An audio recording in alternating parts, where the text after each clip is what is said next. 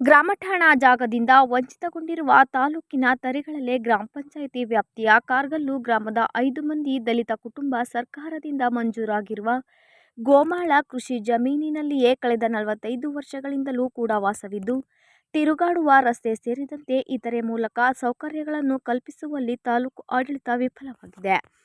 ಕಾರ್ಗಲ್ಲು ಗ್ರಾಮದಲ್ಲಿ ಇತರೆ ವರ್ಗದವರು ಗ್ರಾಮ ಠಾಣಾ ಜಾಗದಲ್ಲಿ ವಾಸವಿದ್ದು, ದಲಿತ ಕುಟುಂಬಗಳಿಗೆ ಮಾತ್ರ ಗ್ರಾಮ ಠಾಣಾ ಜಾಗವನ್ನು ಕಲ್ಪಿಸಿಲ್ಲ. ಇದರಿಂದ ರಸ್ತೆ ಬದಿಯಲ್ಲಿ ವಾಸವಿದ್ದ ಕುಟುಂಬಗಳು 1978ರಲ್ಲಿ ಅನುಭವದ ಮೇಲೆ 1 ಎಕರೆ 20 ಗುಂಟೆ ಜಮೀನನ್ನು ಮಂಜೂರು ಮಾಡಿಸಿಕೊಂಡು ಅದೇ ಜಮೀನಿನಲ್ಲಿಯೇ ಈ ಕುಟುಂಬಗಳು 2 ತಲೆಮಾರು ಜೀವನ ಕಳೆದಿದ್ದು, ಇಂದಿಗೂ ಕೂಡ ಇತರೆ ವರ್ಗದವರ ಜಮೀನಿನ ಬದುಗಳಲ್ಲಿಯೇ ಭಯದಿಂದ ತಿರುಗುತ್ತಾ ಸಂಕಷ್ಟದಲ್ಲಿದ್ದಾರೆ.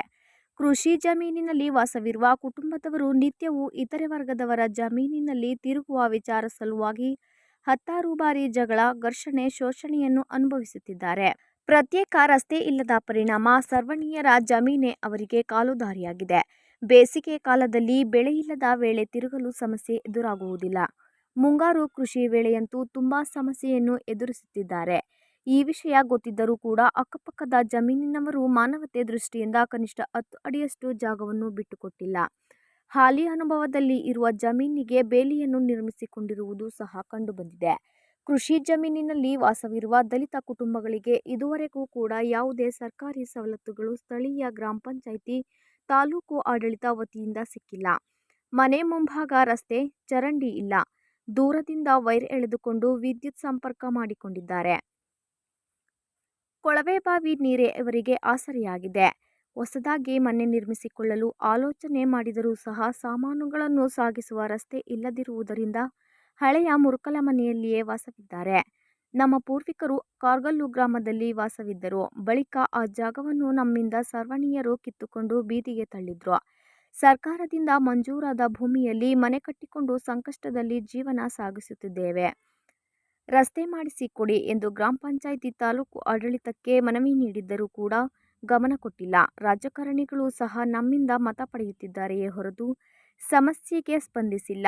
ತಿರುಗುವ ವಿಚಾರಕ್ಕೆ ಜಗಳ ಮಾಡಿಕೊಳ್ಳುವುದೇ ನಮ್ಮ ದಶಕಗಳ ಕಾಯಕವಾಗಿದೆ ಎಂದು ನೊಂದ ಮಹಿಳೆ ಶಿವಮ್ಮ ತಮ್ಮ ಅಳಲನ್ನು ತೋಡಿಕೊಂಡ್ರು.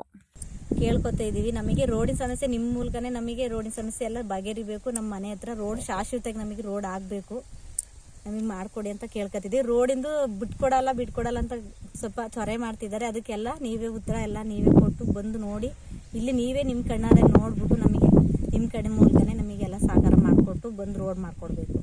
ನನ್ನ ಹೆಸರು ಬಂದು ದರ್ಶನ್ ಅಂತ, ನಮ್ಮ ತಾಯಿ ಹೆಸರು ಶಿವಮ್ಮ, ತಂದೆ ಹೆಸರು ಸಣ್ಣಸ್ವಾಮಿ. ನಾವು ವಾಸ ಇರೋದು ಕಾರ್ಗಲ್ ಗ್ರಾಮದಲ್ಲಿ.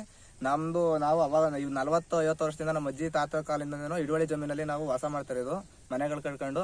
ಅದು ಅವತ್ತಿಂದ ನಮಗೆ ರೋಡ್ದು ಸಮಸ್ಯೆಗಳು ತುಂಬಾ ಕಾಡ್ತಿದ್ದಾವೆ. ಓಡಾಡಕ್ಕೆ ರೋಡ್ ಇಲ್ಲ, ಬರೀ ತಿರ್ಗಾಡೋಷ್ಟು ಕಾಲ್ದಾರಿ ಅಷ್ಟು ಮಾತ್ರ ಜಾಗ ಬಿಟ್ಬಿಟ್ಟು ಮತ್ತೆ ನಮಗೆ ಗಾಡಿ ಬರೋಕ್ಕೆ ಜಾಗ ಬೇಕು ಅಂತ ಕೇಳಿದ್ರೆ ಅಕ್ಕಪಕ್ಕ ಜಮೀನರೆಲ್ಲ ತಕರಾರು ಮಾಡ್ತಿದ್ದಾರೆ. ನಾವೊಂದು ಹಾಸ್ಪಿಟ್ಲು, ಒಂದು ಶಾಲೆಗೆ ಹೋಗ್ಬೇಕು, ಒಂದು ಬಸ್ಗೆ ಹೋಗ್ಬೇಕು ಅಂತಾದ್ರು ನಾವು ಇಲ್ಲಿಂದ ರೋಡಿಗೆ ನಡ್ಕೊಂಡು ಗದ್ದೆ ಒಳಗಡೆ ಹೋಗ್ಬೇಕು ನಡ್ಕೊಂಡು. ಒಂದು ರೋಡ್ ವ್ಯವಸ್ಥೆ ಇಲ್ಲ ನಮಗೆ ಸರಿಯಾಗಿ.